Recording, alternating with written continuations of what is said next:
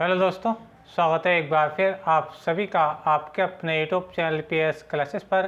तो दोस्तों, आज के इस वीडियो लेक्चर में हम पढ़ेंगे विद्युत बल्ब के बारे में। जी दोस्तों, आज हम जानेंगे विद्युत बल्ब क्या होता है, इसको कैसे बनाया जाता है और ये किस प्रकार कार्य करता है। तो चलिए शुरुआत करते हैं वीडियो लेक्चर की। स्टैंड समझते हैं विद्युत बल्ब के बारे में। तो देखिए स्टैंड, जैसा कि आप स्क्रीन पर देख पा रहे होंगे, विद्युत बल्ब का जो डायग्राम है उस समय बचाने के लिए मैंने पहले ही ये ऑलरेडी बना रखा है, ठीक है। उससे जो संबंधित कुछ इंपॉर्टेंट बातें वो ही मैंने स्क्रीन पर लिख रखी हैं, समझाऊंगा बारी बारी से। पहले मैं आपको इसकी संरचना के बारे में बताता हूँ बच्चों कि विद्युत बल्ब को कैसे बनाया जाता है। तो स्टूडेंट, विद्युत बल्ब जो होता है बच्चों, कांच का एक खोखला गोला होता है। विद्युत बल्ब कांच का एक खोखला गोला होता है जिसके अंदर निष्क्रिय गैस जैसे नाइट्रोजन या ऑर्गन गैस भरी होती है। क्यों भरी जाती है, क्या रीजन होता है ऐसा भरने का, ये भी हम आगे लेक्चर में आपको बताएंगे, ठीक है। क्या बताया मैंने आप लोगों को, विद्युत बल्ब कांच का एक खोखला गोला होता है, ठीक है, जिसमें नाइट्रोजन या ऑर्गन गैस भरी रहती है, ठीक है। इसके ऊपरी भाग में क्या होता है बच्चों, पीतल की टोपी लगी रहती है, पीतल की टोपी लगी रहती है, ठीक है। और इसके ऊपर वो जस्ट कर रहती है, दो पिनें रहती हैं और ये दोनों पिनें बच्चों होल्डर में क्या होती हैं, फिक्स होती हैं। समझ में आ रही है आप लोगों को, समझ आ, ठीक है। अच्छा, अब देखिए इसके बच्चों, इसके कुछ मुख्य भाग हैं जो मैं आपको दिखाएं। सबसे जो इसका जो सबसे ज़्यादा मुख्य भाग है वो है बच्चों इसका फिलामेंट तंतु।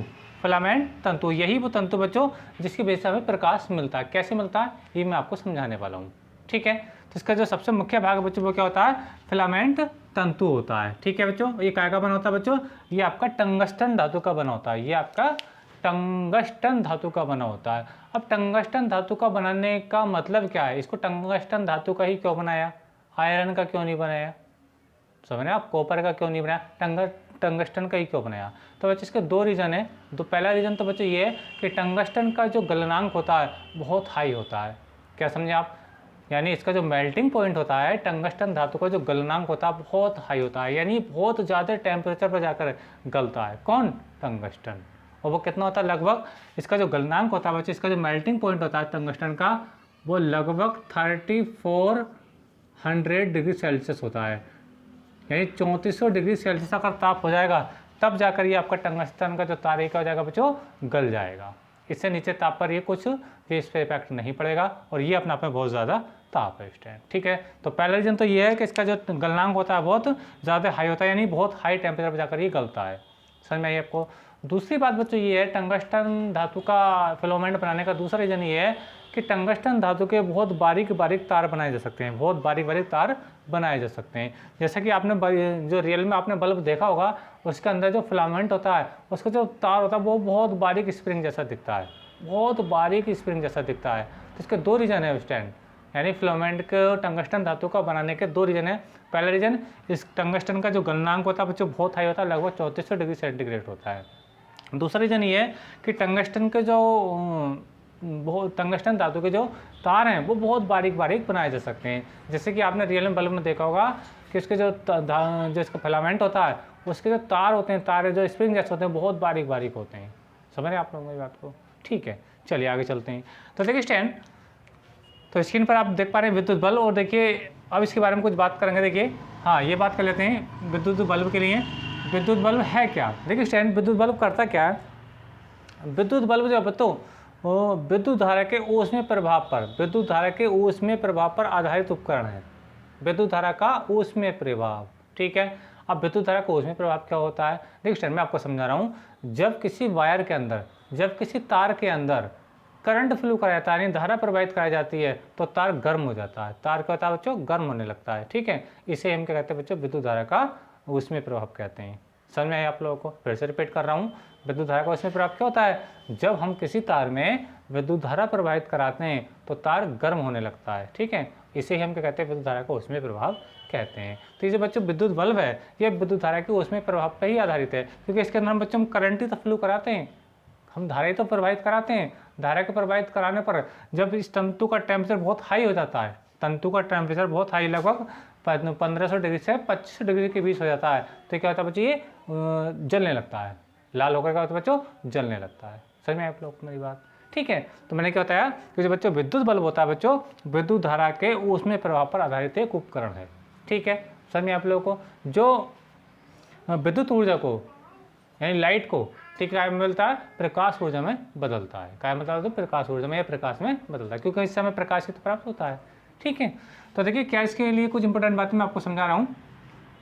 फिलामेंट तंतु टंगस्टन धातु का बना होता है, जैसे कि मैं अभी आपको बता रहा था, ये जो फिलामेंट तंतु होता है बच्चे टंगस्टन धातु का बना होता है। रीजन क्या है बनाने का, मैंने आपको दो रीजन बता दिए कि टंगस्टन धातु का जो फिलामेंट बनाया जाता है इसके दो रीजन मैंने आपको बताया। पहला क्या था, इसका गलनांक बहुत हाई होता है, दूसरा इसके बहुत बारीक बारीक तार बना सकते हैं, क्योंकि आपने देखा होगा कि फिलामेंट जो होता है बच्चे बहुत बारीक तार का बना होता है। ठीक है, अच्छा टंगस्टन धातु के लिए इंपॉर्टेंट बात क्या था, अभी बता रहा था आपको। देखो टंगस्टन धातु का जो गलनांक है, टंगस्टन धातु का जो गलनांक बच्चों कितना होता है 3400 डिग्री सेंटीग्रेड होता है।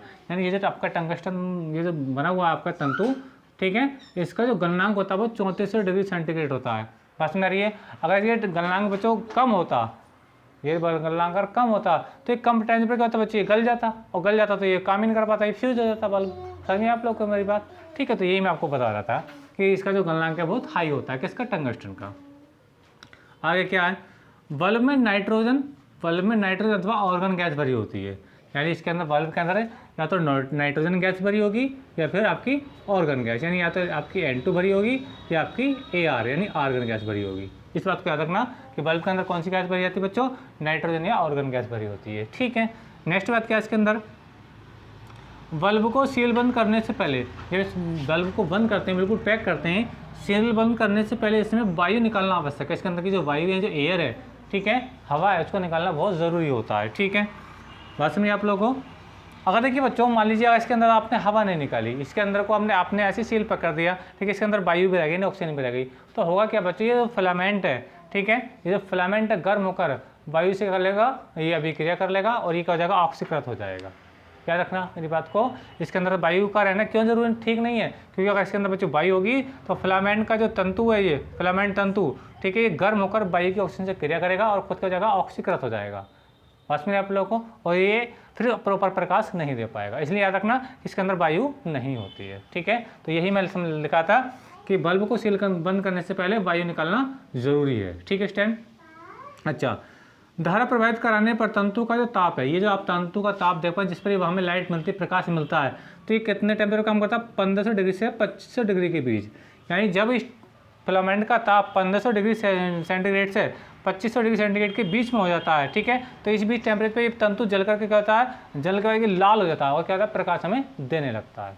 ठीक है, तो याद रखना कितने टेम्परेचर पे काम करता है, ये 1500 से 2500 डिग्री सेंटीग्रेड के बीच में काम करता है। ठीक है, देखो याद रखना ये गलता कितने में गल जाएगा, 34 से गल जाएगा, तो ये तो कम है ना, ये तो फिर इतने टेम्परेचर पर तो प्रॉपर काम करेगा।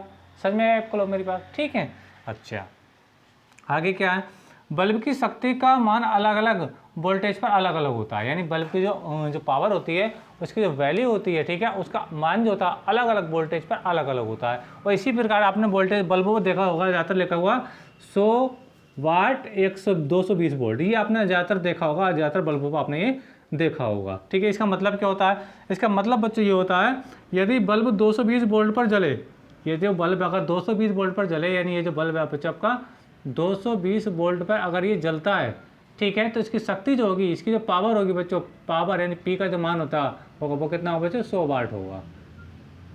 ठीक है स्टैंड, यानी कहने का मतलब ये, अगर बल्ब पर लिखा है 100 वाट और 220 वोल्ट, ठीक है, तो इसका मतलब होता है कि अगर बल्ब 220 वोल्ट पर जल रहा है तो इसकी शक्ति कितनी होगी बच्चों, 100 वाट के बराबर होगी। ठीक है, ये आपको समझ में आ गया होगा।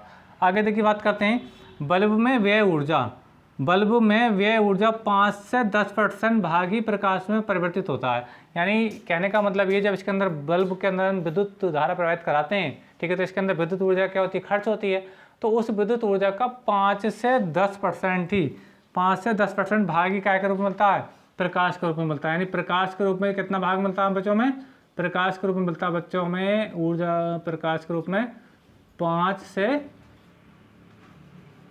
5% से 10% तक इतना एनर्जी से हमें क्या मिलता है, प्रकाश मिलता है। बाकी ऊर्जा कहाँ जाती है, बाकी ऊर्जा बच्चों ऊष्मा में चेंज हो जाती है। क्या में चेंज होती है बच्चों, ऊष्मा में चेंज होती है।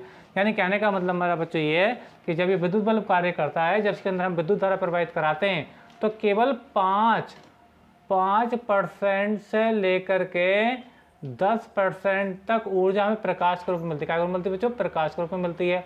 ठीक है, बाकी शेष ऊर्जा कहाँ जाती है बच्चों? बाकी शेष उसमें तो ऊष्मा में चली जाती है। कहाँ में चली जाती है बच्चों? ऊष्मा में, शेष। समझ में आ रही मेरी बात आपको? और यही रीजन होता है बच्चों कि सर्दियों के दिनों में हम जब गर्म कमरे में ये वाला बल्ब यूज करते हैं, ठीक है, तो होता क्या, कमरा गर्म हो जाता है। कमरा जो गर्म होता है उसका रीजन क्या होता है? वही क्योंकि इस बल्ब से हमें बहुत सारी ऊष्मा एटमॉस्फेयर में प्राप्त हो रही होती है। केवल याद रखना स्टैंड, केवल 5 से 10% भाग ही हमें क्या देता है? प्रकाश देता है। ठीक है, बाकी शेष का में चेंज होता है बच्चों, बाकी शेष आपका ऊष्मा में चेंज हो जाता है। समझ में आया आप लोगों को मेरी बात? तो यही तो कहते हैं कि जो बल्ब होते हैं बच्चों बहुत ऊष्मा उत्पन्न करते हैं, यानी क्या करते हैं? बहुत एनर्जी का लॉस करते हैं ये। उम्मीद करता हूँ मेरे आपको समझ में आई होगी स्टैंड। तो ये टॉपिक थे बच्चों इसके बारे में जो मैंने आपको अब समझाए, ये कैसे वर्क करता है, कैसे बनाया जाता है, ये मैंने आपको समझाया। ठीक है, तो उम्मीद करता हूँ कि वीडियो लेक्चर आपको अच्छा लगा होगा स्टैंड। तो वीडियो आपको अच्छा लगा तो प्लीज़ आप लोगों से मैं बेशक रिक्वेस्ट है कि प्लीज़ वीडियो को लाइक और अपने दोस्तों में शेयर कर दीजिए। चैनल पर नए हैं तो चैनल को सब्सक्राइब कर लीजिए स्टैंड।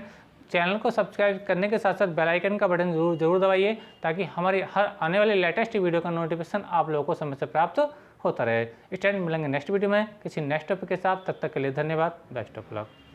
वीडियो लेक्चर कैसा लगा कमेंट करके जरूर बताइए स्टैंड। Thank you.